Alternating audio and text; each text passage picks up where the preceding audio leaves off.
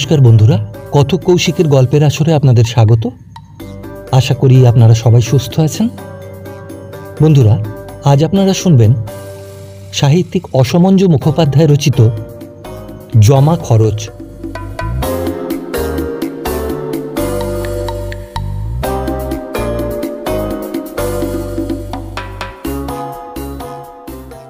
ফটকের গায়ে পাথরের ফলকে লেখা ছিল যে লোহিড়ী স্কোয়ার। বাড়ির কর্তা বাড়ি ছিলেন না। কদিন হলো একটা জরুরি কাজের জন্য মফস্বলের কি এক জায়গায় গিয়েছেন। ফিরতে তার দিন ৫-৭ আরও বিলম্ব হবে। এই শুভ অবসরে গৃহিণী আগামী পরশু একটি ব্রতের অনুষ্ঠান এবং তদুপলক্ষে ২-১০টি ব্রাহ্মণ ভোজন করাবেন। বৈঠকখানা ঘরের রাস্তার দিককার দরজা ভিজিয়ে দিয়ে ভট্টাচার্যের সঙ্গে গৃহিণী হরিমতী দেবীর তারই আলোচনা ও হিসাব ফর্দ হচ্ছিল। বৃদ্ধ ভট্টাচার্য হিসাবের অঙ্কের নিচে কষি টেনে দিয়ে হরিমতির উদ্দেশ্যে বলল, এই তাহলে মা, এই মোট ৫৬ টাকা হলেই সব হয়ে যাবে। মায় আমার দক্ষিণে পর্যন্ত। তারপর সুতির কাপড়ের বদলে তুমি মা যদি গরদি একখানা দিতে চাও তো এর ওপর আর গোটা ১২ টাকা। শুনে হরিমতি তার বাক্স থেকে টাকা আনতে উঠে গিয়েছিল। সহসা রাস্তার দিকে দরজা সশব্দে খুলে গেল। ভট্টাচার্য চোখ চাইতেই সামনে যেন বাঘ দেখল। জগদীশ জুতোশুদ্ধ শতরঞ্চির উপর এসে দাঁড়ালো এবং তার গম্ভীর কণ্ঠ থেকে প্রশ্ন বের হলো, ব্যাপার কি? সঙ্গে সঙ্গেই তার নজর পড়ল খোলা ফর্দখানির ওপর। ভট্টাচার্যের গলা যেন কে চেপে ধরেছিল। ঠেলাঠেলি করে রব বের হলো, আগে ওই গিন্নিমা। শতরঞ্চির ওপর থেকে ফর্দখানি তুলে নিতে নিতে জগদীশ জিজ্ঞাসা করল, আগে গিন্নিমা কি করছেন?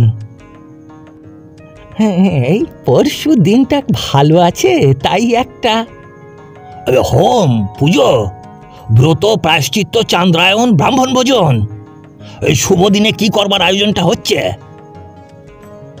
নাকের উপর থেকে চশমাখানি খুলে কাগজের খাপে পুড়তে পুড়তে ভট্টাচার্য বলল, এই এমন বিশেষ কিছু নয়, ওই একটা পুত্রেষ্টি। নইলে তোমার অন্ত্যেষ্টির খরচাটা বুঝি এই তার ফর্দ হচ্ছিল? আরে মোটে ৫৬ টাকা।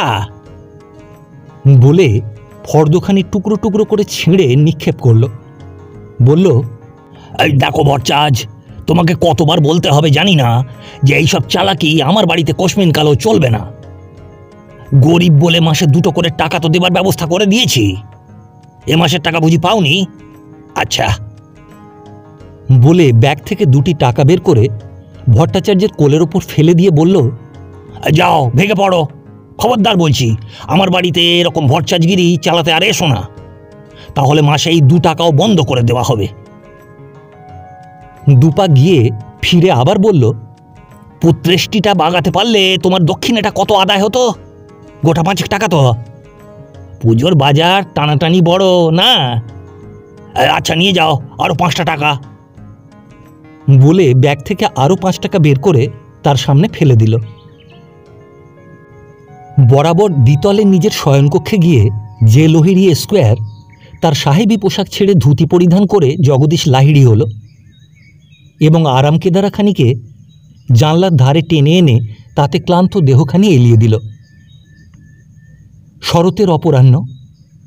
বর্ষার অবিশ্রান্ত বাড়িধারাকে বিদায় করে দিয়ে কদিন থেকে আকাশে বাতাসে যেন একটা নতুন ভাব ফুটে উঠেছিল।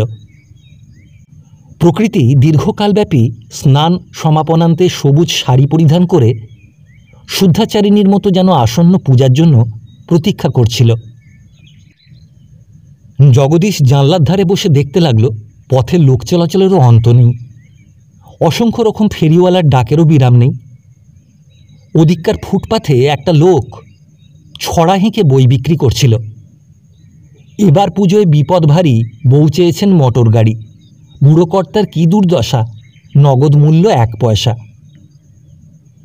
মোড়ের মাথায় বড় বাড়িখানা পাঞ্জাবিরা ভাড়া নিয়ে রাস্তার দিকের ঘরগুলোতে গ্যারেজ করেছিল। তাদেরই কেউ একজন একখানা ট্যাক্সির নিচে মরার মতো চিত হয়ে শুয়ে পড়ে তার কি একটা মেরামত করছিল, আর তাই দেখতে পাড়ার ছেলের দল ভিড় করে সেখানটা ঘিরে ফেলেছিল। পায়ের শব্দে চোখ ফেরাতেই হরিমতি বলল, আচ্ছা, ফর্দখানা ছিঁড়ে ফেলে ভট্টাচার্য মশাইকে না হয় তাড়িয়ে দিলে, কিন্তু হঠাৎ এরই মধ্যে ফিরে এলে যে? শরীর ভালো আছে তো? এ শরীরের কি আর মন্দ আসে কোনে বউ? তবে এরই মধ্যে ফিরলে যে বড়? তোমার পুত্রেষ্টি নষ্ট হবে বলে। হরিমতি মেঝের ওপর বসে পড়ে বলল, না না, সত্যি বলছি, ওসব কিছু নয়। পরশু মহালয়ার দিনটা ছিল, তাই গুটি কত ব্রাহ্মণ ভোজন করাবো মনে করেছিলুম। তুমি বাড়িতে নেই, তাই ভট্টাচার্য মশাইকে দিয়ে। রামচন্দর, চিরটা কাল ধরে বামুনেরা তো খালি খেয়েই আসছে। বলি ভগবানের কাছ থেকে ওটা কি তাদের একচেটে অধিকার পাওয়া? আর কেউ খাবে না, শুধু ওরাই খাবে। খেয়ে খেয়ে যে বামুনদের ডিসপেপসিয়া ধরে গেছে। খাবার লোক জগতে ঢের। তা থাকবে, তার আর দরকার নেই। তোমার মুখখানা কিন্তু বড্ড শুকিয়ে গেছে।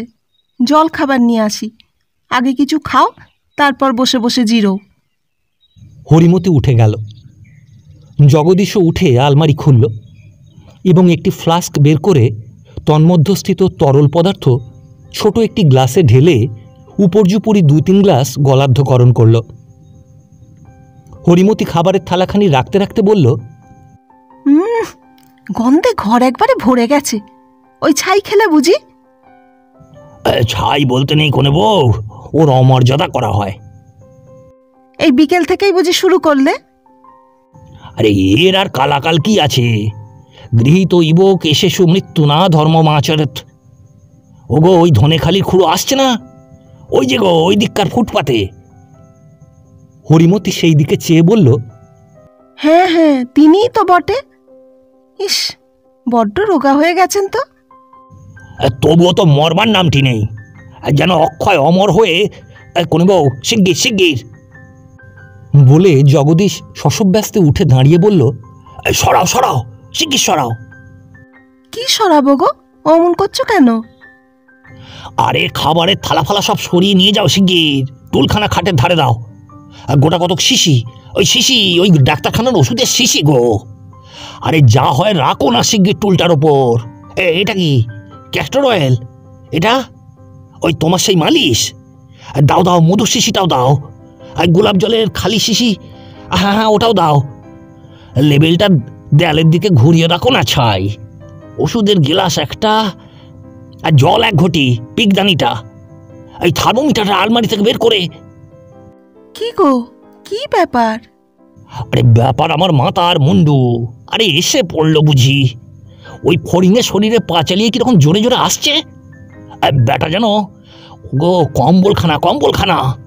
এই দেখো, এই শুয়ে পড়লুম, যেন আমার খুব অসুখ। আর তুমি ওই একধারে ওই ঘোমটা দিয়ে চুপটি করে বসে থাকো। এই মাথার দিকে জানলাটা। কই ও জগদীশ, জগদীশ, কোথায় সব? কারো কোনো সারা শব্দ নেই। এই কোন ঘরে সব হে? বলতে বলতে ধনেখালির খুঁড়ো গৃহমধ্যে প্রবেশ করে চমকে উঠলেন। হ্যাঁ, এ কি এমন করে, এই অসুখ নাকি? জগদীশ আরাম কেদারাখানি হাত দিয়ে দেখিয়ে দিয়ে ক্ষীণ কণ্ঠে শুধু বলল, ওই বসুন। তারপর কবে থেকে অসুখ হলো? কি জ্বর না পেটের অসুখ? বলে তিনি জগদীশের ঘর্মাক্ত কপালে হাত দিয়ে বললেন, জ্বরই বুঝি, তাহলে এখন রেমিশন হচ্ছে। একে সেই দারুণ গরম, তাতে উদরের মধ্যে সদ্যপ্রেরিত সেই তরলাগ্নির অবস্থান। সর্বোপরি গলা পর্যন্ত কম্বল ঢাকা থাকাতে জগদীশের কপাল পর্যন্ত ঘেমে উঠছিল। অতি কষ্টে থেকে থেকে জগদীশ বলল, জ্বরও নয় আর পেটের অসুখও নয়, হয়েছে এনসাইক্লোপিডিয়া ব্রিটানিকা। ও সব ইংরেজি বললে তো বুঝবো না বাবা, বাংলাতে একে কি বলে? ওই যাকে আপনার বাংলায় বাংলায় না, বাংলাতে এর কোনো নাম টাম নেই। এই প্রত্যেক গাঁটে গাঁটে খিলে খিলে পুরো থাইসিস। থাইসিস? থাইসিস তো যক্ষা, পিলেতে যক্ষা। ইস, তাহলে তো বড় ভয়ের কথা। হ্যাঁ, তাই হয়েছিল বটে, তবে এখন তা কাটিয়ে উঠেছি কাকা। এখন শুধু গায়ে একটু বল পেলেই হয়। উফ, গেলুম। বলে জগদীশ একবার এপাশ একবার ওপাশ করে কাতরতা প্রকাশ করল। তা দেখছে কে? কিসের একটা গন্ধ বেরোচ্ছে বলো দেখি, যেন মদের মতো। ওই যে ওই গ্লাসে ওষুধটা ঢালতে গিয়ে ওই কোণে বউ সব ফেলে একাকার করে বসে আছে। ওষুধের গন্ধটা ঠিক মদের মতোই বটে, মুখে দিলেই যেন বমি আসে। হরিমতি নিঃশব্দে উঠে ধীরে ধীরে গৃহ থেকে বের হয়ে গেল। ধনেখালির খুড়ো বললেন, তোমার অসুখ হয়ে পড়ল, ওই গয়নাগুলোর জন্যও বাড়িতে ওরা বড্ড ব্যস্ত হয়ে পড়েছে। যাক, তুমি একটু সেরে সুরে ওঠো। জগদীশ অতি ক্ষীণ কণ্ঠে ধীরে ধীরে বলল, সব তৈরি হয়ে গেছে নিশ্চয়, আজই তো আমাদের গিয়ে আনবার কথা ছিল। সে যে আমি না গেলে হবে না, নইলে ঠিকানা দিয়ে ওই চিঠি লিখে আপনাকেই পাঠিয়ে দিতুম। যাক, আর 5-7-10 দিন আমি একটু উঠতে পারলেই গিয়ে নিয়ে আসছি। তারপর আপনার শরীরটা কেমন আছে কাকা? বড্ডই কাহিল কাহিল দেখছি যে। কাহিলের আর কি অপরাধ বাবা, এই 1 মাসের মধ্যে বাড়চেরেক জ্বরে পড়লুম। এ সময়টা কি গায়ে কারুর আর ভালো থাকবার জো আছে? আচ্ছা জগদীশ, 3000 তো তোমার কাছে দিয়ে দিয়েছি, ওই বাকি আর কত আন্দাজ দিতে হবে বলো দেখি। সব শুদ্ধ আপনার 1000-4 উপর যাবে না। 3000 তো ওদের দেওয়াই আছে, ওই রিসিটখানা বুঝি আপনাকে দিইনি, আর নিয়ে যান সেটা। আর 1000 খানেক দিলেই হবে বোধ হয়। নেহাত একটা মাখামাখি ভাব খাতির রয়েছে আমার সঙ্গে, তাই নইলে মজুরি আপনার অন্য জায়গায় ডবল পড়ে যেত। সবই জড়োয়া, মজুরি ওর বড্ড বেশি। আচ্ছা, আমি উঠি তাহলে আজ। তুমি সেরে উঠে ওগুলো তাহলে আনিয়ে রেখো, আর রেখে আমায় একখানা চিঠি দিও। টাকাটা এনেছিলুম, তোমাকে দিয়েই যাই। ধরো দেখি, এই 100 করে বান্ডিল গুনে নাও। এই 1, 2, 3, 4, 5, 6, 7, 8, 9, 10। ভৃত্য চিনিবাস ঘরের মধ্যে প্রবেশ করে প্রথমে থতমত খেল, তারপর 2 পা পিছিয়ে গিয়ে দরজার ধারে এসে দাঁড়ালো। পরিশেষে জগদীশের দিকে চেয়ে বলল, ওই চালের গোলা থেকে লোক এসেছে। তার দিকে না চেয়েই জগদীশ বলল, যা বলকে যা, বাবু বাড়ি নেই। জানিস আমার এই অসুখ, উঠে বসবার ক্ষমতা নেই। আমি যাবো তার সঙ্গে দেখা করতে, এও তো বেটাদের বলে দিতে হবে। খানিক পরে বাইরে থেকে চালের গোলার লোকটির গলা বেশ সুস্পষ্ট হয়ে উপরে এলো। হ্যাঁ, এই 1 মাস শয্যা কত কি রে? এই তো একটু আগে ট্যাক্সি করে আসছিলেন, আমাদের গোলায় নেবে বলে এলেন, বিল নিয়ে আসতে টাকা দেবেন। ধনেখালির খুড়োর মুখ থেকে কিছু একটা বের হবার উপক্রম করছিল, তা লক্ষ্য করেই জগদীশ তাড়াতাড়ি বলে উঠল, আহা, এই একটা ছেলে তাও পাগল হয়ে গেল। আচ্ছা কাকা, আপনাদের ওখানকার ওই তেরোলকালির বালাতে কি কোনো সত্যি উপকার টুপকার হয়? কার জন্যে বলো দেখি? আর ওই যে ওই ছেলেটি এসেছিল ওরই জন্যে। আরে ওটি হচ্ছে ঋষিকেশ শাহ, মস্ত একজন চালের আড়তদার, তারই ছেলে। বুড়োর ওই একটি ছেলে এই ম্যাট্রিক পাস করে আড়তের কাজকর্মই দেখাশোনা করছিল, হঠাৎ পাগল হয়ে গিয়েছে। সমস্ত দিন ধরে ওর তার বাড়িতে বাড়িতে ঘুরছে, কাউকে গিয়ে বলছে টাকা দাও, কাউকে বলছে 1 গাড়ি চাল পাঠাবো, আর কাউকে বলছে চালের কিস্তি ডুবে গেছে। আহা, ছেলে মানুষ এই বয়সেই।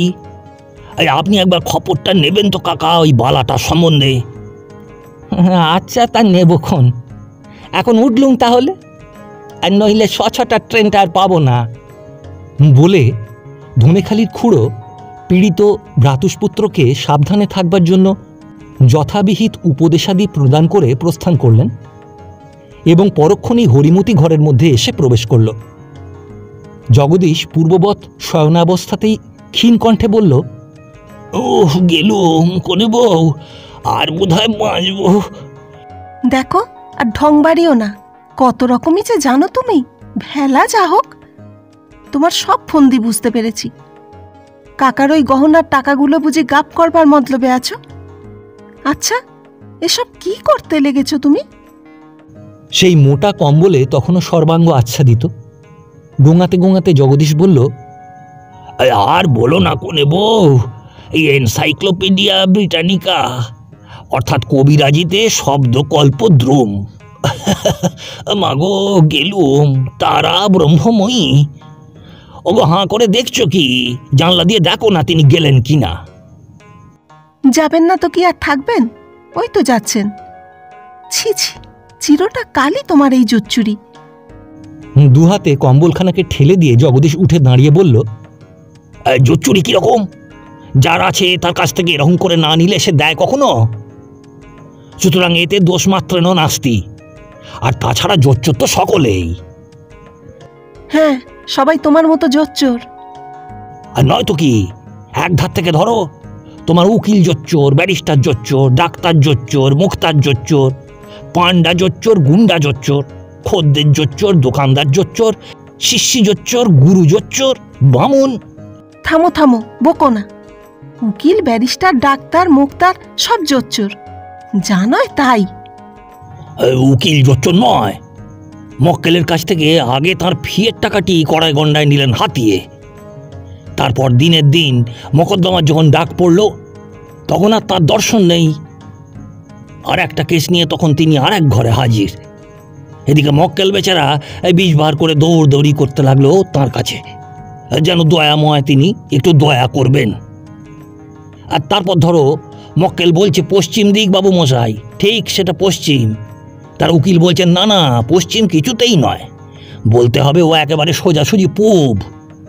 এই তো উকিলের ব্যাপার।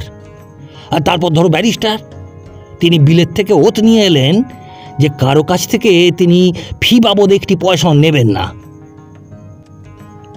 কিন্তু তার ফিয়ের গিনি থেকে কেউ কখনো তাকে একটি পাই পয়সাও বাদ দিতে দেখেছে?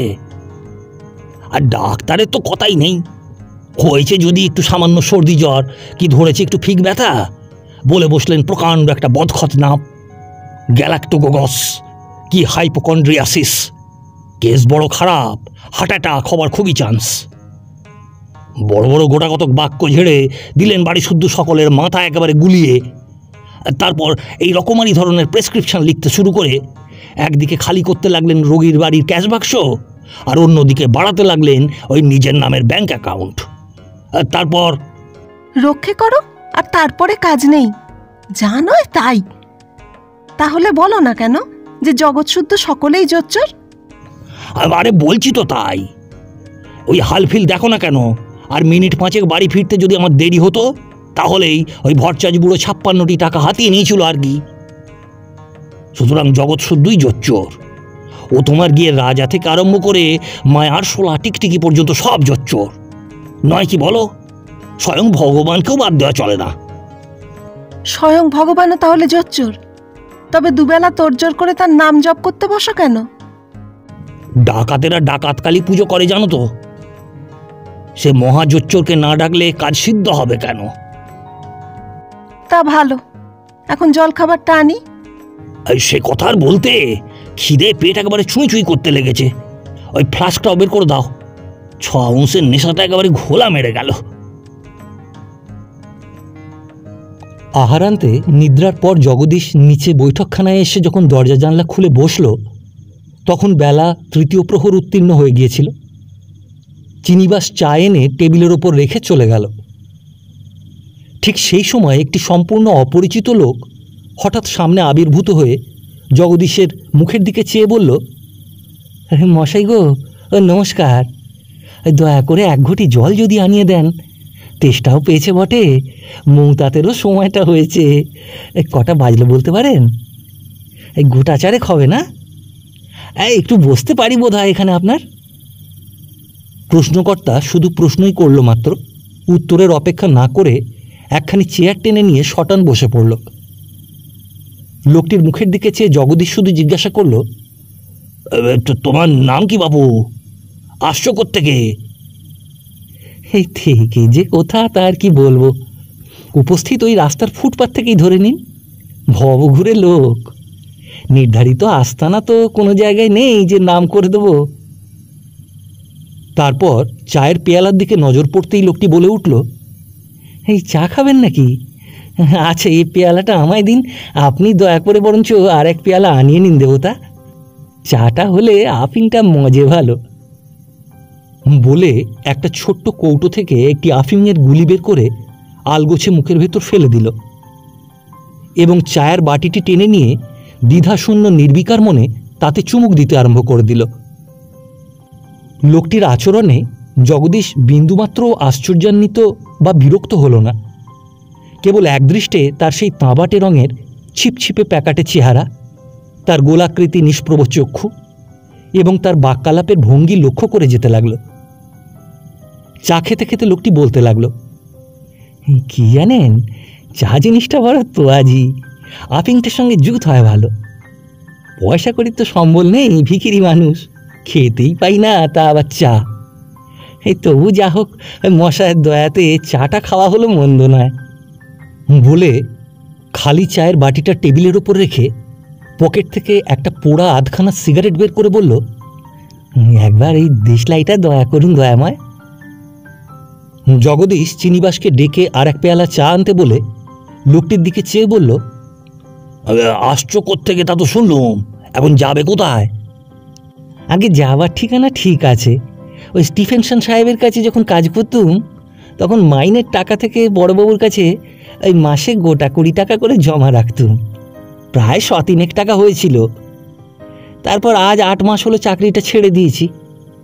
এখন ওই টাকাটার জন্য বাবুর কাছে মাঝে মাঝে যাই। গোটা 17 টাকা এই কমাসে দিয়েওছেন। এই পুজোর ঝোঁকটায় যদি 2-5 টাকা পাই তাই যাচ্ছি একবার তার কাছে। 300-র ভেতর 8 মাসে 17 পেয়েছ তো, তা আর সেখানে যাবার দরকার আছে বলে মনে করো? তা তোমার নামটা তো বললে না। এই আমার নাম পুণ্ডরীকাক্ষ প্রতিতুণ্ডী। ওরে বাসরে, তা ভালো, তাহলে ব্রাহ্মণ? আগে ছিলুম বটে এককালে, এখন আর নেই। কিরকম? সে অনেক ব্যাপার, সে সংক্ষেপে বলি। বাবা সর্বস্ব খুইয়ে 3 বার ফেলের পর 4 বারের বার আমার এন্ট্রান্স পাস করালেন। তারপরেই হঠাৎ গেলেন মরে, দিয়ে গেলেন 500 টাকা দেনা লক্ষ্মী জনার্দন ঠাকুর আর তাদের নিত্য সেবা। দেনার পেটের দায় তো অস্থির করে তুললে। একটা চাকরি বাকরি করতে যে কলকাতায় চলে আসবো, লক্ষ্মী জনার্দন রইলেন পথ আটকে। গাঁয়ের দোর খোসামুদি করে বেড়ালুম, যদি কেউ কিছুদিনের জন্য ঠাকুরের ভার নেয়, তা কেউ নিলে না। তখন বাঁধলুম ঠাকুরকে একটা ছেঁড়া গামছায়। তারপর কলকাতায় এসে দিলুম একেবারে নিশ্চিন্তি করে এই পোলের ওপর থেকে গঙ্গায় ফেলে। ঠাকুরও জুড়ুলেন, আমিও জুড়ুলুম। ও মশাই, কি করে এদিকে ব্যাটারা টের পেলে, আর গাঁ শুদ্ধ সকলে মিলে পরামর্শ করে দিলে আমাকে এক ঘরে করে। এই যে একটা উপন্যাসে প্রতিতুণ্ডী। আগে আরও আছে রাজা, এই শুনুন একবার কাহিনীটা। এক ঘরে হয়ে থাকি, ছোট লোক ছাড়া ভদ্রের ভেতর কেউ বাড়িতে আসেও না আর ডাকেও না। ওদিকে স্টিফেনসন সাহেবের আন্ডারে যে চাকরি তো নিয়েছি, এক বাগিয়ে 30 টাকা মাইনে। শনিবার বিকেলের ট্রেনে বাড়ি আসি, 2 রাত একদিন থেকে আবার সোমবার গিয়ে অফিস করি। এইরকম এক শনিবার বাড়ি এসেছি, শুনলাম সেই রাত্রে নবাবাগদের মেয়ের বিয়ে। রাত কত বলতে পারি না, নবার ডাকাডাকিতে ঘুম ভেঙে গেল। নবাব পা দুটো জড়িয়ে বললে, কি হবে দা ঠাকুর, মেয়ের আমার বিয়ে হয় না। আমি বললুম অপরাধ। নবাব বললে, আমাদের বামুন ঠাকুর বলেছে যে 10 টাকা না হলে আসনে বসবেন না। খেতে পাইনে দা ঠাকুর, 10 টাকা কোত্থেকে দিই বলো তো একবার তুমি। আমি তখনই ঘরে শেকল দিয়ে নবাইকে বললুম, তোকে একটা আদলা দিতে হবে না, চ আমি তোর মেয়ের বিয়ে দিয়ে দেবো। দিলুমও তাই। মন্তর টন্তর কী যে তখন বলেছিলুম আর বলিয়েছিলুম তা জানি না, কিন্তু বিয়েটা তাদের সে রাত্রে ঠিকই হয়ে গেল। অনেক দিন পরে ও বছর মগরার স্টেশনে সৈরতীর সঙ্গে দেখা হলো। ছেলেপুলে নিয়ে তারা ত্রিবেণীর মেলা দেখতে এসেছিল। দুজনে পায়ের ধুলো নিয়ে তো অস্থির করে তুললে। যাক, যা বলছিলুম, বিয়ে তো দিয়ে দিলুম। সকালে বাড়ি এসে দেখি উঠানে গা শুদ্ধ জড়ো হয়েছে। আমি এসে দাঁড়াতে এই জনকতক ধরে আমায় বসিয়ে দিয়ে নাপ থেকে ডেকে দিলে আমায় ন্যাড়া করে। তারপর জন দুই এসে দিলে আমার মাথার ওপর কলসিখানেক ঘোল ঢেলে। অবশেষে ধনঞ্জয়ের সুব্যবস্থা। একজন নিলে পৈতে গাছটা খুলে, আর বাকি সকলে চাঁদা করে মারতে মারতে দিলে গাঁয়ের বের করে। তারপর আচ্ছা, তারপরের যা তা পরেই শুনবো। এখন উপস্থিত বড়বাবুর কাছে আর গিয়ে কাজ নেই। আজ থেকে এইখানেই স্থিতি হোক। রাজি আছো তো? বরাবর। হ্যাঁ, বরাবর। আফিং ফুরুলেই পাবে। চেয়ার ছেড়ে উঠে প্রতিতণ্ডী জগদীশের পায়ের কাছে ঝুঁকে পড়ে বলল, পায়ের ধুলোটা দিন দেবতা। যা বলবেন শর্মার দ্বারা সবই হবে, কোনো কাজেই পেছপো পাবেন না। পেটটা আর আফিংয়ের কৌটোটা যদি ভরিয়ে রাখেন দয়াময়, তাহলে কি আর বলো। কিছু আর বলবার দরকার নেই। তা পৈতে গাছটা কি সেই থেকে এখনো নেই নাকি? বহুকালই ছিল না বটে, কিন্তু এই বছরখানেক হলো আবার পড়েছি। ও গাছটা থাকলে অনেক সময় অনেক কাজে বেশ একটু সুবিধা হয়। বেশ করেছো তাহলে। राम राम जगदीश बाबू, तबीयत अच्छा है तो? अरे राम राम, आइए आइए। জগদীশ চেয়ার ছেড়ে উঠে দাঁড়ালো। তা আপনাদের কাঙালি ভোজনের কি হলো? কিছুই তো আর খবর দিলেন না সুরজমল বাবু। বাবু সুরজমল মারোয়ারি চেয়ারখানি টেনে বসে পাক দেওয়া গোঁফের পাশে মিঠে হাসি ছড়িয়ে বললেন, सिर्फ खबर दिले तो कुछ होबे ना बाबू साहब, लेकिन रुपया भी तो देने होबे। 50,000 खांगाली खिलानो होबे, 500 मन चाउल तो লাগবেই করবে। হ্যাঁ, তা তো লাগবেই। 3 दिन ধরে শহরের সমস্ত কাঙালিদের খাওয়ানো। वही बात तो हम भी बोलছে, लेकिन रुपया तो আপনাকে बिल्कुल দিয়ে দিতে হবে জগদীশ বাবু। রুপিয়া দিয়ে দিতে হবে বই কি, তবে চাল আপনার মজুদ আছে জানবেন। যেদিন বলবেন সেই দিনই পাবেন। আর ভাও যা বলে দিয়েছি 7 টাকা, বাজারে কেউ এ ভাবে দিতে পারে না। ভাড়ার গড়ের মাটি হবে তো? बस एकदम पश्चिम तरफ वाला बढ़िया ताबू। तो बात और कुछ नहीं जगदीश बाबू, 500 মন তাহলে কাল সবেরে ভেজিয়ে দিয়ে দেবেন, আর রুপিয়াটা হিসাব করে নিয়ে নিন। বলে বাবু সুরজমল এক তাড়া নোট জগদীশের হাতে দিয়ে বলল, লিন, গিনিয়ে লিন। জগদীশ নোটগুলি মিলিয়ে নিয়ে বলল, 3,200। 3200 হলো তো, আর 300 কাল সবেরে আমি ভেজিয়ে দেবে। বহুত আচ্ছা, কাল সকালেই আমি 500 মন চাল পাঠিয়ে দেবো।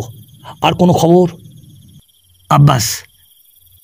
বলে বাবু সুরজমল চেয়ার ছেড়ে উঠে দাঁড়ালেন এবং ডান হাতের বৃদ্ধাঙ্গুলি ও তর্জনী দিয়ে ডান দিকের পাকানো গোপটিকে আরও একটু পাক দিয়ে বেঁকিয়ে বললেন, বহুত কাম আছে।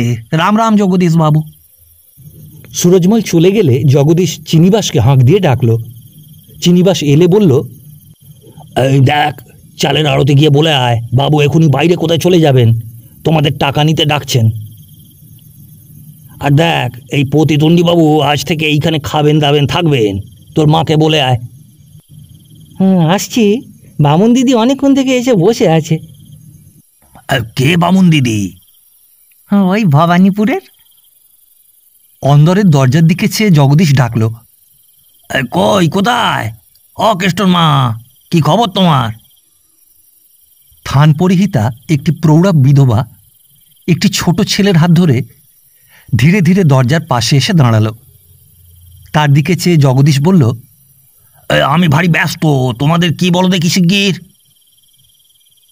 ঘুমটার ভেতর থেকে অতি ধীরে ধীরে স্ত্রীলোকটি বলল, এ মাসের? কেন? এ মাসের টাকা তো আমি পাঠিয়ে দিয়েছি। তোমাদের অধিকার 7 ঘরের 35 টাকা আজই সকালে নন্দকে দিয়ে পাঠিয়ে দিয়েছি। তুমি বাড়ি থেকে বেরিয়ে এসেছো কখন? হ্যাঁ, ওই গোবিন্দের ঠাকুমাকে গোবিন্দের এ মাসে স্কুলের মাইনের টাকাটা দিতে ভুলে গেছি, আর স্কুলও তো এখন বন্ধ হয়ে গেছে। আর বাবা, আর একটি ভদ্র ঘরের মেয়ে, আহা, কেউই তার নেই, বড় কষ্ট পাচ্ছে। উপযুক্ত ছেলেটি তার সম্প্রীতি মারা। আচ্ছা, আমাকে কি তোমরা রাজা না জমিদার পেয়েছো বলো দেখি? দোহাই তোমাদের, আর ঝক্কি বাড়িও না। আমি নিজে পাইনে খেতে, আর তোমরা ক্রমেই। না বাপু, আর আমার দ্বারা হবে তবে না। আমি কি দান ছত্র খুলে বসেছি? বড্ড কষ্টে বউটা দিন কাটাচ্ছে বাবা, গলায় আবার একটা কচি দেওর পো। কি কষ্টে যে তাদের দিন যাচ্ছে বাবা। গরিব হয়ে পড়েছে, কিন্তু হ্যাংলামি করতে পারে না। ভদ্র ঘরের বউ। একটুখানি চুপ করে থেকে জগদীশ বার দুই অস্ফুটে নিজে নিজেই বলল, গরিব হয়ে পড়েছে, হ্যাংলামি করতে পারে না। তারপর প্রতিতুণ্ডির দিকে চেয়ে বলল, ওহে প্রতিতুণ্ডী, শুনছ? গরিব হয়ে পড়েছে, হ্যাংলামি করতে পারে না। বুঝো কিছু? ওসব হবে তবে না কেষ্টর মা, ভেঙে পড়ো। আমার নিজের মদের খরচই জোটাতে পারি না, তার খবর রাখো। তবে নেশার ঝোঁকে ভোলে ফেলি, তাই আমার জন্ম হয়েছে শুধু নিতে দিতে নয়। আর সুতরাং ওসব আশা ছেড়ে দাও। কেষ্টর মা এক পা করে চলে আসছিল। জগদীশ ডেকে বলল, মেয়েটিকে সঙ্গে করে একদিন নিয়ে এসো তো কনে বউয়ের কাছে, বুঝলে? আর কোনো কথা নেই তো? আর একটা কথা বাবা। বাবা টাবা নয়, ভেঙে পড়ো এখন। আমার অনেক কাজ, বিস্তর টাকার দরকার। 2 লাখ 4 লাখ 10 লাখ দিতে পারে কেউ? এ বেটা গেল কোথায়? ওরে চিনিবাস, ওরে আমার ফ্লাস্কটা। চিনিবাস যে কোথায় বেরিয়ে গেল বাবা? ও, গোলায় গেছে না? ওই প্রতিতুণ্ডী, কিরকম আপিং ধরেছে নাকি? একটু জল টল খাবারও তো দরকার হয়ে পড়েছে, কি বলো? আচ্ছা বসো, আমি আসছি। এই কেষ্টর মা, যা বলবার থাকে কোনো বউয়ের কাছে গিয়ে বলো। আমায় আর কেন জ্বালাও? তোমাদের ম্যানেজার রয়েছে যখন। জগদীশ উঠে বাড়ির ভেতর চলে গেল। প্রতিতুণ্ডির নেশাটা তখন সত্যই বেশ ঘোর হয়ে জমে আসছিল। দুর্গাপূজার আনন্দ উৎসব সব শেষ হয়ে গেছে। ছুটির পর আপিস আদালত আবার সব খুলতে আরম্ভ করেছে। প্রাতঃকালেই সাহেবী পোশাকে সজ্জিত হয়ে জগদীশ যে লোহিরি স্কোয়ার হয়ে যখন ওপর থেকে নেমে এসে নিচের বৈঠকখানা ঘরে প্রবেশ করল, প্রতিতুণ্ডী তখন বাজার থেকে ফিরে এসে খরচের হিসেব করছিল। জগদীশ জিজ্ঞাসা করল, কি হয় পুণ্ডরীকাক্ষ প্রতিতুণ্ডী? বাপ নাম বটে, দাঁত ভেঙে যাবার উপক্রম। প্রতিতুণ্ডী তার কাগজখানি থেকে চোখ না তুলেই বলল, এই 2 আনা পয়সা যে কিছুতেই মেলাতে পারছি না দেবতা। দেখি, দাও তোমার কাগজ পেন্সিল আমার কাছে। বলে হিসাবের কাগজখানির যেখানে প্রতিতুণ্ডী কষি টেনে 3 আনা যোগ দিয়ে মাথা ঘামাচ্ছিল, জগদীশ তারই নিচে প্রতিতুণ্ডীর আফিং 2 আনা লিখে কাগজখানি ছুঁড়ে দিয়ে বলল, এই লাও, দেখো, 4 একদম ঠিক মিল। আচ্ছা প্রতিতুণ্ডী, তোমার গাঁয়ের নামটা তো একদিনও বলনি, ওই যেখান থেকে তোমার চিরনির্বাসন প্রাপ্তি ঘটেছে। সে আর সকালবেলা শুনে দরকার নেই। অর্থাৎ সকালবেলা সেই নামটা কেউ করে না আর কি। হাঁড়ি ফাটা নাম, বুঝলেন না দয়াময়? আমার পেতলের হাঁড়ি ফাটবে না, তুমি বলো। নেহাত বলতেই হবে, শ্রীফল কোঁকর কোঁ। শ্রীফল কোঁকর কোঁ? তার মানে ওই আসল নামটা আর মুখে উচ্চারণ করব না, একটু ঘুরিয়ে বললুম। এই নামই বলে সকলে। শ্রীফল তো তোমার বেল, আর কোঁকর কি? খালি পেটে মালটাল পড়লে পেট তো কোঁকর কোঁ করে। প্রথমটা ধরেছিলেন ঠিকই। কি পাখিতে কোঁকর কোঁ করে বলুন না? ও বুঝেছি, মুরগি। হ্যাঁ, হয়েছে হয়েছে, আর একটু কাছাকাছি আসুন। আর একটু কাছাকাছি হলো গিয়ে তোমার মদ। মুরগি আর মদ একটু কেন, খুবই কাছাকাছি। হ্যাঁ, দেবতা অতটা করে রোজ মাল খান বটে, কিন্তু বুঝতে আপনার বড্ড বেশি দেরি হয়। মুরগিকে চলতি কথায় আর কি বলে? ওই চলতি কথায় বলে ফাউল। আহা হা, ইংরেজির দিকে যাচ্ছেন কেন? বাংলায় নেমে আসুন না। বাংলা? রাম পাখি আর কোঁক। এই হয়েছে। কুঁকড়ো? ও তাহলে বেল কুঁকড়ো। এ নামটা করে ফেললেন দেবতা। কোনো ভয় নেই হে। যেখানে মা দ্রবময়ী নিত্য প্রবাহিতা, কালাচাঁদের যেখানে নিত্য নিত্য দুবেলার সেবা চলে, সে বাড়িতে কি কখনো হাঁড়ি ফাটে প্রতিতুণ্ডি? যাক, অজেদ গাড়ি আনলো না এখনো। 8টা বাজে, এত দেরি হচ্ছে কেন? কোথায় বেরোবেন রাজা? সকালবেলাতেই আর চোখ দুটো বড্ড চকচকে দেখছি যে। হ্যাঁ, নিলুম গোটা 2 পেক টেনে। ঘোরাঘুরি করতে হবে অনেক। বড্ড অস্থির হয়ে আছে প্রতিতুণ্ডি।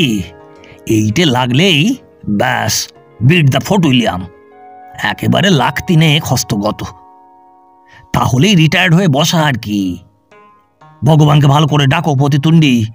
লেগে গেলেই তোমার ভরি 5 আপিং একেবারে খাইয়ে দেব। তা দেবেন বই কি রাজা, এমনি ভালোবাসেন বটে। আচ্ছা, তা না হয়। কি হে হৃষিকেশ চন্দর, খবর কি? চেক নাকি ডিজঅনার করে ফিরিয়ে দিয়েছে? একটি মিশ কালো রঙের মোটাসোটা নাদুস নদুস খর্বাকৃতি লোক গৃহমধ্যে প্রবেশ করল।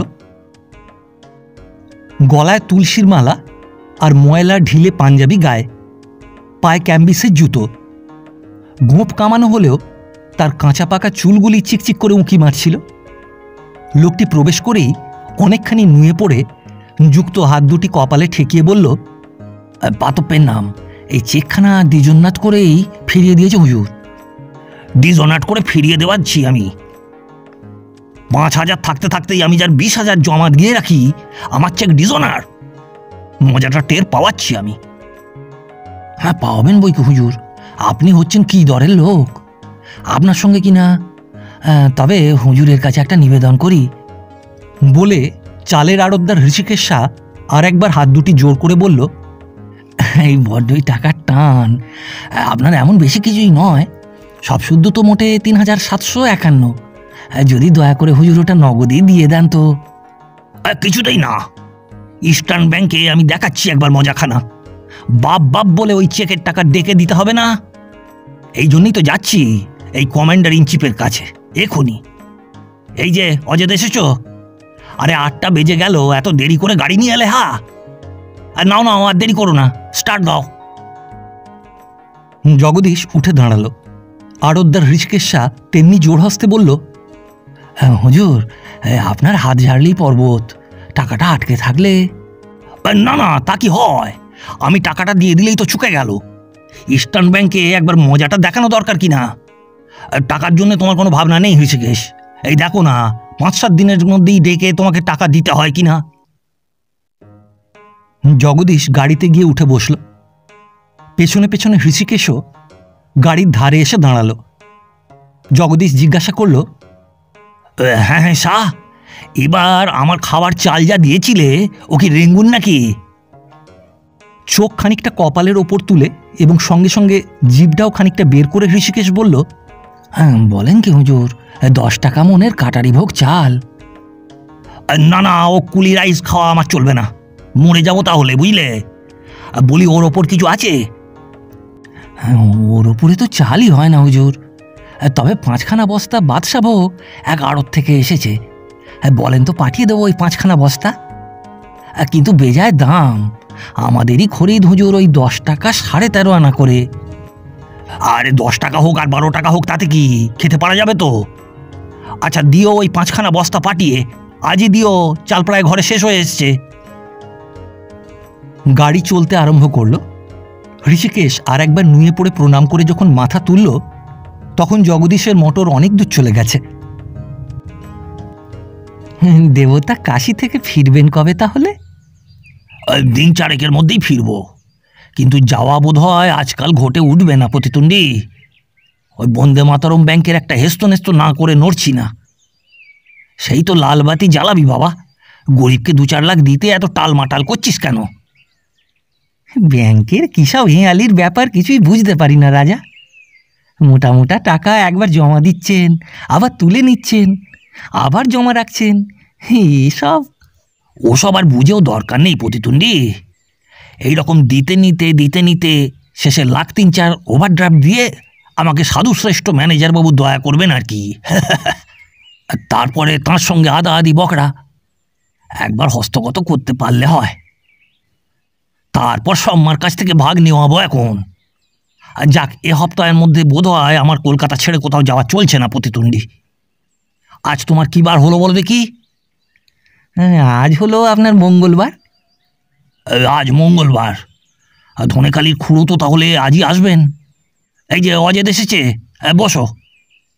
ট্যাক্সিওয়ালা আলী অজেদ জগদীশের কাছে অনেক বিষয় ঋণী। তার একসময়কার ভয়ানক দারিদ্র্য থেকে বর্তমানে তার এই সাংসারিক সচ্ছলতা প্রধানত জগদীশেরই সাহায্যে এবং উপদেশে হয়েছে। সুতরাং অনেক কাজেই সে জগদীশের দক্ষিণ হস্তস্বরূপ ছিল। অজেদ আসন গ্রহণ করলে জগদীশ বলল, দেখো, আজ 12টার মধ্যেই আমায় বেরোতে হবে। তার আগেই গাড়ি আনবে। ওই আগে বন্দে মাতরম ব্যাংক, তারপর আরও 2-1 জায়গায় যেতে হবে। তারপর বিকালে আমার ধনেখালির খুড়ো আসবেন, আর তার হাঙ্গামাটা চুকিয়ে দিতে হবে। আর যা বলি বেশ ভালো করে শুনে নাও। বলে জগদীশ অজেদকে চুপি চুপি অনেকক্ষণ ধরে কী সব বলে দিল। তারপর প্রতিতুণ্ডীকে বলল, ওহে, তোমার মার কাছ থেকে ওই ধনেখালির খুড়োর বাক্সটা চেয়ে নিয়ে এসো দেখি, আর 80টা টাকা। প্রতিতুণ্ডী উঠে গেল এবং কিছু পরে খানকতক নোট এবং একটা ছোট চামড়ার বাক্স এনে টেবিলের ওপর জগদীশের সামনে রাখল। অজেদের হাতে নোট কখানি দিয়ে জগদীশ বলল, তোমার সেপ্টেম্বরের 78 টাকা ট্যাক্সির পাওনা হয়েছে তো, এই নাও। আর এই গয়নার বাক্সটা একবার দেখে রাখো। অজেদ নোটগুলি হাতে নিয়ে বাক্সটি খুলে বলল, এ কি সব জড়োয়া? এতদিন আমার সঙ্গে ঘুরেও তোমার বুদ্ধি শুদ্ধি কিছু হলো না অজেদ। আরে সবই কেমিক্যালের ওপর লাল নীল কাঁচ বসানো, সেই জন্যই তো এটা দিতেও হবে যেমন, তেমনি আবার নিতেও হবে। কি বললুম তবে এতক্ষণ ধরে? হাসতে হাসতে অজেদ বলল, এইবার বুঝেছি। ছাই বুঝেছ? তোমার চেয়ে প্রতিতুণ্ডীর আমার মাথা সাফ আছে। যাও, ওই 2 টাকা বেশি দিয়েছি, নেশা টেশা করে মাথা ঠিক করে নাও গে। বেলা প্রায় 5টা। ধনেখালির খুড়ো গয়নার বাক্সটি হাতে করে উঠে দাঁড়িয়ে বললেন, এই 6-6টা ট্রেন খুবই পাবো, কি বলো জগদীশ?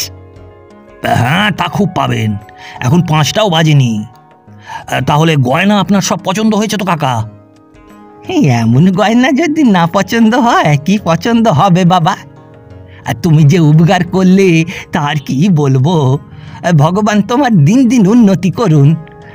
শরীরটা। কিন্তু কাকা, এই অতগুলো গয়না নিয়ে ট্রামেতে আর আপনার গিয়ে কাজ নেই।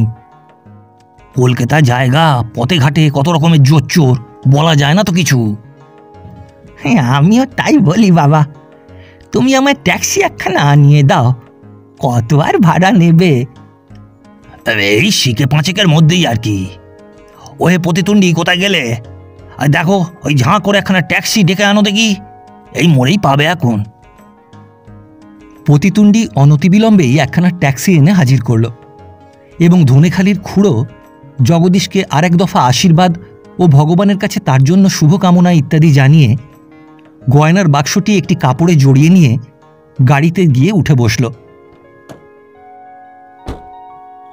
সন্ধ্যার পর বৈঠকখানা ঘরে বসে ফ্লাস্কটিকে সামনে করে জগদীশ কিসের একখানা হিসাবের কাগজ দেখছিল এবং মধ্যে মধ্যে 2-1 পেগের সদ্ব্যবহার করতে করতে প্রতিতুণ্ডীর সঙ্গে নানা প্রকার রসালাপও করছিল। অজেদ দরজা ঠেলে প্রবেশ করল এবং জগদীশের সামনে কাপড় জড়ানো গয়নার সেই বাক্সটি এবং কাগজের মোড়ক শুদ্ধ 3টি টাকা ও 4 আনা পয়সা রেখে বলল, এই নিন আপনার বাক্স, আর এই নিন 13 শিকে। কাজ ক্লিয়ার করেছো তাহলে? তাই 13 শিকেটা কিসের? ওই কাপড়েরই খুঁটে বাঁধা ছিল, একখানা 5 টাকা নোট আর 2 টাকা, তারই ফেরত ওই 13 শিকে। কীরকমটা হলো বলো দেখি? হওয়া হই আর কি, এ রাস্তা সে রাস্তা ঘুরিয়ে গিয়ে পড়লুম একেবারে রেস কোর্সের সামনে। তারপর হঠাৎ দিলুম গাড়ি একেবারে থামিয়ে। উনি জিজ্ঞেস করলেন, কি হলো হে? আমি বললুম, পেট্রোল গরম হয়ে গেছে। তা কোনো ভয় নেই, আপনি বসুন। উনি বললেন, জ্বলে ফলে উঠবে না তো হে? বলে গাড়ি থেকে তাড়াতাড়ি নেমে পড়লেন। আর যেই নেমে পড়লেন, স্টার্ট দেওয়াই ছিল, দিলুম একবারে ঝড়ের মতো গাড়ি ছুটিয়ে। অনেক দূর এসে একবার ফিরে চেয়ে দেখলুম তিনি হতভম্ব হয়ে যেমন দাঁড়িয়েছিলেন ঠিক তেমনি হাঁ করেই দাঁড়িয়ে আছেন। আমি তো আর কোনো দিকে না তাকিয়ে ফুল মোশানে ওই জিরেট পোল পেরিয়ে একেবারে পড়লুম গিয়ে খিদিরপুরের রাস্তায়। র্যাশ ড্রাইভের জন্য পথে ধরলে এসে একবারে পাহাড়ওয়ালা। নিজের কাছে শুধু গন্ডা 4-5 পয়সা পুঁজি। তারপর দেখি কাপড়খানার খুঁটে ওই 7 টাকা বাঁধা। দিলুম সে বেটাকে 2 টাকা, আর থাকলো 5। তারপর পরিশ্রমটা বড্ড বেশি হয়েছিল, খিদেও পেয়েছিল। ওই কোয়ার্টারখানে খেয়ে শরীরটাকে একটু তাজা করে নিলুম। খাওয়ারও কিছু খেলুম, তাতে গেল আরও শিখে সাথে। এই গেল আপনার 3 টাকা 12 আনা, আর ওই বাকি এই 13 শিখে। ফ্লাস্ক থেকে একটি পেক ঢেলে পান করে জগদীশ বলল, বহুত আচ্ছা অজয় আলী মণ্ডল, সাগরেদি করতে পারবে বটে। তাই 13 শিখে আর আমাকে দিচ্ছ কেন? নিয়ে যাও, কাল আবার একটু ফুর্তি টুর্তি করো। জগদীশ কাশি গিয়েছিল, এক্সপ্রেসে ফিরছে। সঙ্গে একটি 30-32 বছরের স্ত্রীলোক। স্ত্রীলোকটি শ্যামবর্ণ, কিন্তু রূপ তার গায়ে ধরছিল না। গায়ে মূল্যবান গয়নার সংখ্যাও তার দেহের রূপের মতোই সুপ্রচুর। 2য় শ্রেণীর সেই কামরাখানি রিজার্ভ করাই ছিল। গাড়ি বর্ধমান স্টেশনে এসে যখন থামল, তখন বেলা প্রায় 11টা। জগদীশ বলল, ছেলেপুলের জন্য কিছু সীতাভোগ মিহিদানা নাও কিরণ। কিরণবালা জগদীশের ট্রাঙ্ক খুলে কি বের করছিল, বলল, দেখুন, আপনি আর ও নিয়ে ঠাট্টা করবেন না। আপনি বরঞ্চ আপনার কোণে বইয়ের জন্য নিয়ে যান। কোণে বইয়ের জন্য না হোক, কিন্তু নিতে হবে কিছু, অন্তত নিজের জন্যও বটে। গোটা 5 টাকা বের করো দেখি। টাকা বের করতে গিয়ে ধনেখালির খুঁড়ো সেই জড়োয়ার বাক্সটি তুলে ধরে কিরণ জিজ্ঞাসা করল, আচ্ছা, এই কেমিক্যালের গহনাগুলো পুড়ে এনেছিলেন কি জন্য শুনি? বলো কেন আর, ও কোণে বউয়ের কীর্তি। ট্রাঙ্কটা গুছিয়ে দিতে বলেছিল, আর তার ভেতর ওটা কেন পুড়ে দিয়েছে সেই জানে। গহনাগুলো বাস্তবিক, কেমিক্যাল বলে কারোর সাধ্যি নেই যে ধরে। ঠিকই যেন সত্যিকারের জড়োয়া। জগদীশ নেমে গিয়ে সীতাভোগ ও মিহিদানা কিনে নিয়ে এসে কিরণের হাতে দিয়ে বলল, বর্ধমানে এলে সীতাভোগ খেতে হয়, তা না হলে কি হয় জানো তো, ভূতে পায়। অর্ধেক আমার সঙ্গে দাও, আর অর্ধেক তোমার একটা পুঁটলি করো। না, আমার ওই শীতে ভোগ মিহিদানা খাবার দরকার নেই। কি কতগুলো চিনি মাখানো ভাতের মতো বিতে কিচ্ছি, ও আমার মোটেই ভালো লাগে না। আমি পুঁটলি বেঁধে নিয়ে যেতে পারবো না। আচ্ছা, পুঁটলি আমি বেঁধে দিচ্ছি। হাওড়ায় নেবে বাড়ির দোরগোড়া পর্যন্ত তো বাবু সাহেব গাড়িতে যাবেন। এ নিতে আর কষ্টটা কি শুনি, তোমায় নিতেই হবে। না, ও আমি কিছুতেই নেব না। বলে কিরণ মুখ ফিরিয়ে জানলার বাইরে দেখতে লাগলো। রাগ হলো নাকি? তবে নাও তোমার কাশির বাড়ি ফিরিয়ে, রেজিস্ট্রি করে তবে নিতে গেলে কেন? হ্যাঁ কিরণবালা? না, আপনার সঙ্গে আর পারবো না। দিন শীতে ভোগ। কাশির বাড়ি তাহলে ফিরে নেবে না? কিরণ হাসতে হাসতে বলল, নেব। তারপর খানিক চুপ করে থেকে বলল, আমার কাশির বাড়ি বলুন, কলকাতার বাড়ি বলুন, এসব হলো কোত্থেকে? আপনি না থাকলে আজ যে আমার কি দুর্দশা হতো, তা সে কেউ জানুক আর না জানুক, আমি তো জানি। আজ যে আমার 3-4খানা বাড়ি, বাগান, গয়নাগাটি, সোনাদানা, এসব কার জন্য বলুন তো? কি চুপ করে হতভম্বের মতো দাঁড়িয়ে রইলেন যে বড়? এসব আমি ভুলবো না জীবনে। আর ভুলেই যদি যাই কখনো, তাহলে জানবেন আমার মতো নিমক হারাম আর ভূভারতে নেই। আপনাকেও বরাবরই আমি বলে আসছি যে আমার যা কিছু, তার ওপর আমার চেয়ে অধিকার যে আপনারই বেশি। আপনার যখন যা দরকার হবে আমার কাছে এসে চাইলে আমার বড় কষ্ট হয়। মনে হয় আপনি যেন আমায় চাবুক মারছেন। আপনি তো এমনিই নেবেন, যেমন বাড়িতে নিজের জিনিস নেন। 3 cheers ফর মিস কিরণবালা। তবে যে লোকে বলে কিরণ আপনার একটা কথা বলতে জানে না, তোমাকে এবার কংগ্রেসের প্রেসিডেন্ট করে দেবো কিরণ। কথায় কথায় গাড়ি মগরার স্টেশনে এসে পড়ল। একটি প্রৌঢ়বয়স্ক লোক হাঁপাতে হাঁপাতে দরজা ঠেলে গাড়ির মধ্যে প্রবেশ করেই চমকে উঠে জিজ্ঞাসা করল, এ কি ডেরা ভাড়ার নাকি মশাই? তার মুখের দিকে চেয়ে জগদীশ বলল, তারও ওপর। তা আপনি যাবেন কোথা? আগে আমি কলকাতায় যাব বলে লোকটি নেমে যাবার উপক্রম করতে লাগলো। গাড়ি তখন ছেড়ে দিয়েছিল। জগদীশ তার হাত ধরে বসিয়ে দিয়ে বলল, আরে বসুন, আর গাড়ি পাল্টে কাজ নেই। আমার যে 3rd ক্লাস মশাই, যদি ধরে। ধরলেই হলো, আর কি, সে তখন দেখা যাবে। লোকটির মুখ চোখের ভাব দেখে মনে হলো জগদীশের কথায় সে কিছুমাত্র আশ্বস্ত হলো না। জগদীশ বলল, আরে কোনো ভয়ের কারণ নেই, এই গাড়ি আমার রিজার্ভ করা। একদিকের বেঞ্চের একধারে বসে পড়ে লোকটি জিজ্ঞাসা করল, মশায়ের কোথায় যাওয়া হয়েছিল? গিয়েছিলাম একটু তীর্থ ধর্ম করতে। এই সঙ্গে ইনি? আমার স্ত্রী। আগে আপনারা? ব্রাহ্মণ। প্রাতপ্যের নাম বলে লোকটি 2 হাত জোর করে কপালে ঠেকালো। জগদীশ জিজ্ঞাসা করল, তা মশাইয়ের নাম? আগে আমার নাম রায়চরণ রক্ষিত। নিবাস? নিবাস এই ক্ষীরপুকুর, ত্রিবেণীর উত্তর। তা বিষয় কর্ম কি করা হয়? আগে গাঁয়েতেই একটু ছোটোখাটো পত্তনি আছে। বেশ বেশ। তা কলকাতায় কি দরকার? খান কত গিনি কিনতে হবে, সেই জন্যেই। কতগুলো? এই খান 50। কি দর এখন বলতে পারেন? 15 টাকা আসল, আর মেলের দর 2-4 আনা কম। ও কি আবার আসল মেল আছে নাকি? আছে বই কি, সে আপনারা ধরতেও পারবেন না। একটু দেখে শুনে কিনবেন। এই হালেই আমি 80 খানা সেদিন কিনেছি। গয়নাও তার গড়ানো হয়ে গেছে। দেখি গা, গয়নার বাক্সটা বের করে দাও তো। রায়চরণ গয়নাগুলি দেখে বলল, বাহ, এ সবই তো জড়োয়া। কত ব্যয় হলো মশাই? প্রায় 1000 গিনি কখানা তাহলে দয়া করে এই আপনাকেই কিনে দিতে হবে। এই কৃপাটুকু করতেই হবে আপনাকে, নইলে 1000 হোক, গিঙো লোক আমরা, ও আসল মেল হয়তো চিনতেই পারবো না। দয়া করে কষ্ট একটু আপনাকে করতেই হবে বাবু। গাড়ি হাওড়ার প্ল্যাটফর্মের ভেতরে এসে প্রবেশ করল। পতিতুণ্ডি হাজির ছিল। জগদীশ পতিতুণ্ডীকে বলল, দেখো, এই আমার যেতে একটু দেরি হবে। তুমি বিছানা তরঙ্গটা নিয়ে চলে যাও, কিরণকে ওর বাড়িতে পৌঁছে দিয়ে যাবে। আর ঠিকানা মনে আছে তো? আরে ওই তো, গোকুলও এসে হাজির। কি হে, 3 রাত ঘুমোতে পেরেছিলে তো? যাক, এখন বলো দেখি, হেলে হেলে হেলে এই তোমার জিনিস পেলে। চার্জ বুঝে নিয়ে রসিদ দাও একখানা। পতিতুণ্ডী বললে, দেবতা, আমি বিছানা তরঙ্গ নিয়ে চলে যাই তাহলে? দাঁড়াও, ওই গয়নার বাক্সটা দিয়ে যাও আমাকে।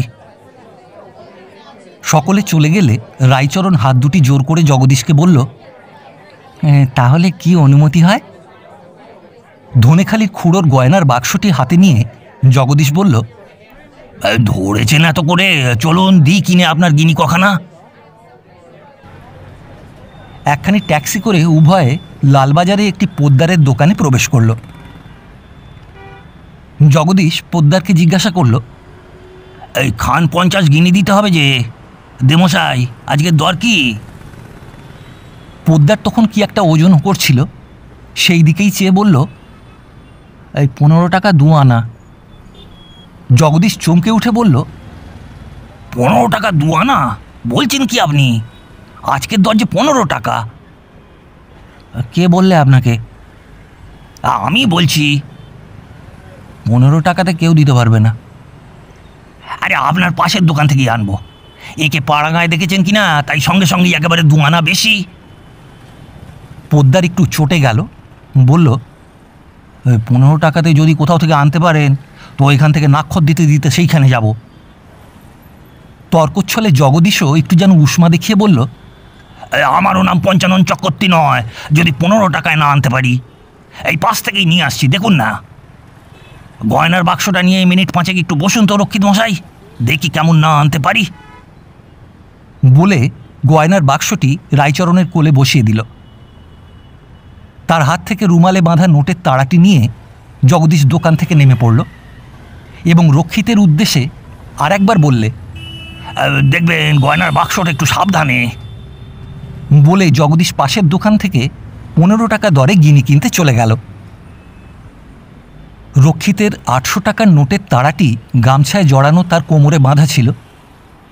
জগদীশেরই উপদেশে পকেট কাটা কোমর কাটার ভয় রক্ষিত তা হাতে করে রেখেছিল। 5 মিনিট, 10 মিনিট, 15 মিনিট কেটে গেল। রক্ষিত একটু চঞ্চল হলো। 20 মিনিট, আধ ঘন্টা। পঞ্চানন চক্রবর্তীর আর দেখা নেই। আরও মিনিট 10। এবার রক্ষিত ছটপট করতে লাগলো। একবার উঠতে লাগলো, একবার বসতে লাগলো। একবার রাস্তায় এসে দেখে গেল। পোদ্দার বলল, কই মশাই, আপনার লোকটি গেলেন কোথা? গিনি চাপা পড়লেন নাকি? তাই তো, কোথায় গেলেন বলুন দেখি। কোথায় গেলেন তা আমি কি করে জানবো? উনি আপনার কে হন? হ্যাঁ, আমার হন না কেউ, ওই ট্রেনেতে আজ আলাপ। ট্রেনেতে আজ আলাপ? তবেই হয়েছে। জোচ্চোরের খপ্পরে পড়েননি তো? রায়চরণ রক্ষিতের মুখ শুকিয়ে জিভে আঠা ধরে আসছিল। গয়নার বাক্সটি দৃঢ় করে ধরে বলল, হ্যাঁ জোচ্চোর, কিন্তু ওর এই গয়নার বাক্স? দেখি কি গয়নার বাক্স। বলে বাক্সটি নিয়ে খুলে দেখেই পোদ্দার বলে উঠল, এই ডাহা জোচ্চোরের হাতে পড়েছেন, এ তো সব কেমিক্যাল। কত টাকার নোট ছিল আপনার?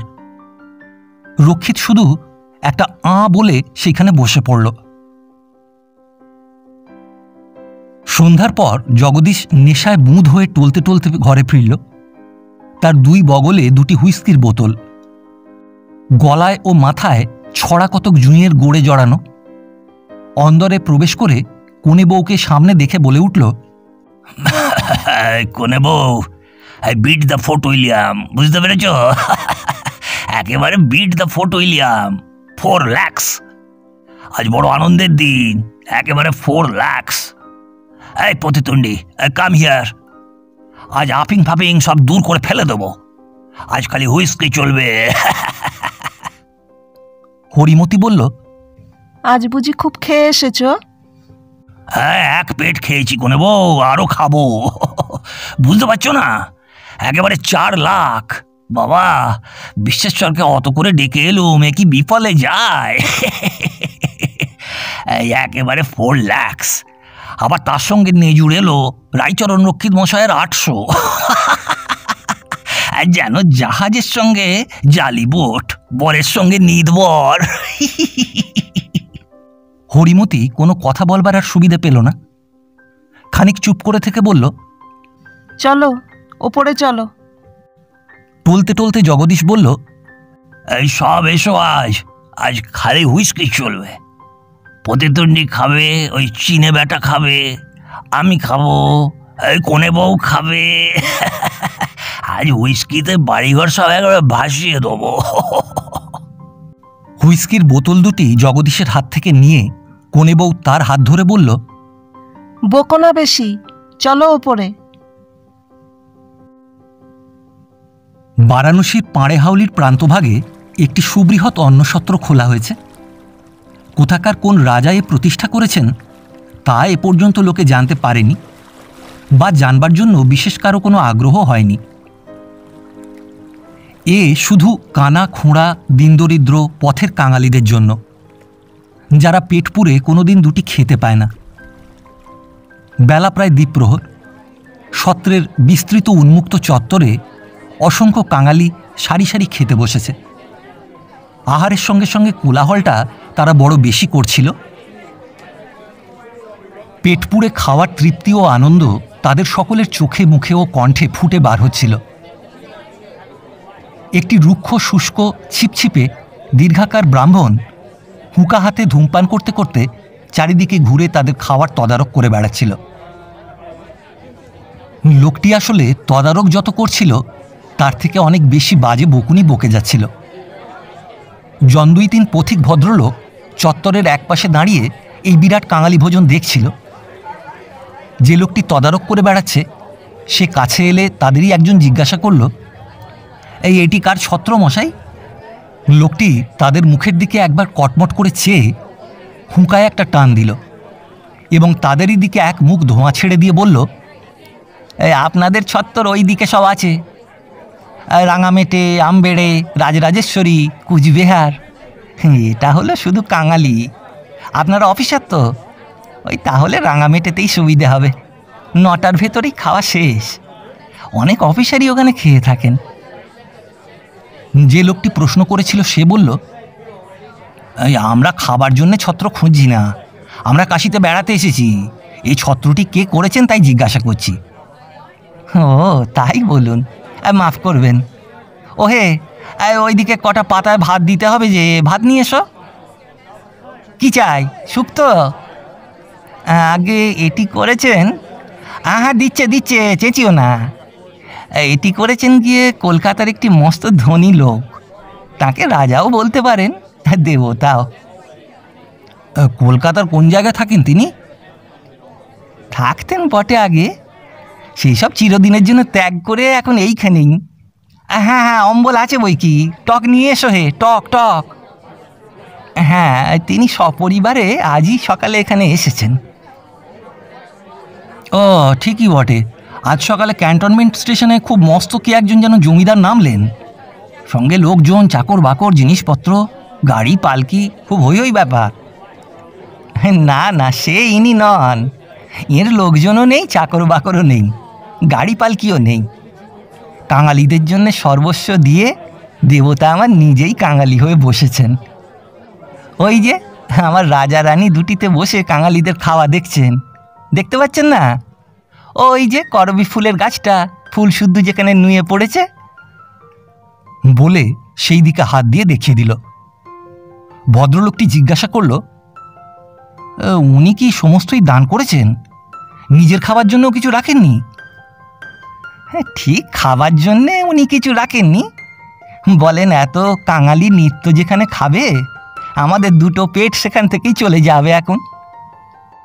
তবে অন্য খরচের জন্যে ওর কলকাতার বাড়ি ভাড়া 200 টাকা, তাই পুঁজি। তার ভেতর থেকে আবার অনেকগুলিকে মাসোহারা দেওয়ার ব্যবস্থা আছে। করবী গাছের ছায়ার নিচে পার্শ্বপ্রবিষ্টা সহধর্মিনীকে জগদীশ তখন বলছিল, দেখো দেখি কোনে বউ, ব্রাহ্মণ ভোজনের চেয়ে বেশি আনন্দ কি না? আনন্দ তো বটে, কিন্তু কিন্তু কি বলো? নিরানন্দটাও যে ঠেলে রাখতে পারছি না। আর নিরানন্দ কিসের জন্যে? চিরজীবনের পাপ। এই চিরজীবনের পাপের বোঝা যা এতকাল ধরে মাথার উপর জমি আসছিল, সে তো অন্নপূর্ণার পায়ের তলাতে সব নামিয়ে দিলুম কোনে বউ। তবু এর যদি কোনো শাস্তি থাকে তো আমার এইসব ভাই বোনেদের জন্যে তার 16 আনাই আমি মাথা পেতে নিতে রাজি আছি।